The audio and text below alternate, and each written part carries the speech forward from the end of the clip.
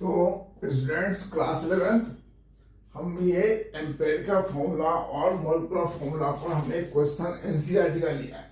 ये solve example है 1.2। क्या लिखा हुआ है? ए compound has 4.07% hydrogen, 24.27% carbon and 71.65% chlorine. Molecular mass of the compound is 98.96. तो calculate the molecular formula and empirical formula of the compound. ऐसा क्वेश्चन जब भी होगा परसेंटेज में तो हम पहले क्या करेंगे, टेबल बनाएंगे। कौन सा टेबल? लकड़ी का टेबल नहीं, कॉपी में टेबल बनाएंगे। कितने टेबल है देखो, 1 2 3 4 5 6। सब में देखिए क्या लिखा हमने, यहाँ लिखा हमने एलिमेंट, कौन कौन से एलिमेंट हैं। उसके बाद नेक्स्ट पॉइंट क्या लिखा, गिवन परसेंटेज, उस एलिमेंट का परसेंट कितना दिया हुआ है, उस एलिमेंट का एटॉमिक मास क्या होता है। ये तीनों इंफॉर्मेशन हमारे पास होता है। इतने के बाद हम निकाला हमने moles of the element, her element का मोल निकाल लेंगे। जैसे यहाँ पर हाइड्रोजन का परसेंटेज दिया हुआ 4.07, कार्बन का दिया हुआ 24.27 और क्लोरीन का कितना दिया हुआ 71.65। इसका एटॉमिक वेट नहीं लिखा। अब मोल्स कैसे निकालते हैं, तो गिवन वेट को एटॉमिक वेट से डिवाइड करके ये सब का हमने मोल्स निकाल लिया है।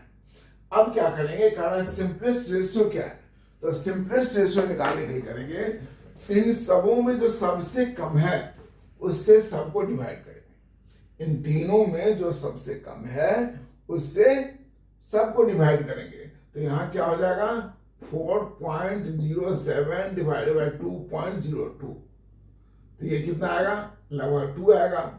ये 2.02 डिवाइडेड बाय 2.02, ये 1 आएगा। और ये भी 2.02 डिवाइडेड बाय 2.02, ये कितना आएगा, ये भी 1 आएगा। चूंकि ऑलरेडी होल नंबर है तो सिंपलेस्ट होल नंबर रेशियो यही हो जाएगा 2 1 1। मान लीजिए ये 1.5 होता, मान लीजिए, तो क्या करेंगे, इसको 2 से मल्टीप्लाई करेंगे तो क्या आ जाएगा 3। तो 2 से सबको मल्टीप्लाई करेंगे, ये 4, ये भी 2 से कर दिए 2। लेकिन ऐसा है नहीं, हमारे पास यहाँ ऑलरेडी क्या है, ये ऑल होल नंबर में है। तो इसलिए सिंपलेस्ट रेशियो क्या होगा, 2 1 1। तो मॉलिक्यूलर फॉर्मूला क्या होगा, सर एम्पिरिकल फॉर्मूला क्या होगा, therefore empirical formula is equal to C1H2Cl1। therefore empirical formula mass is equal to, carbon का होता है 12, हाइड्रोजन होगा 1 का 1 तो 2 का 2 प्लस क्लोरीन का 35.5 राउंड अप करके ले सकते हैं। कितना हो गया, 5 2 7 और 2 9, 3 और 1 4.5। अब आपके पास दिया हुआ है, क्या दिया हुआ है, molecular mass the compound in this match. Molecular mass is equal to 98.96 gram. ये क्या है, गिवन है।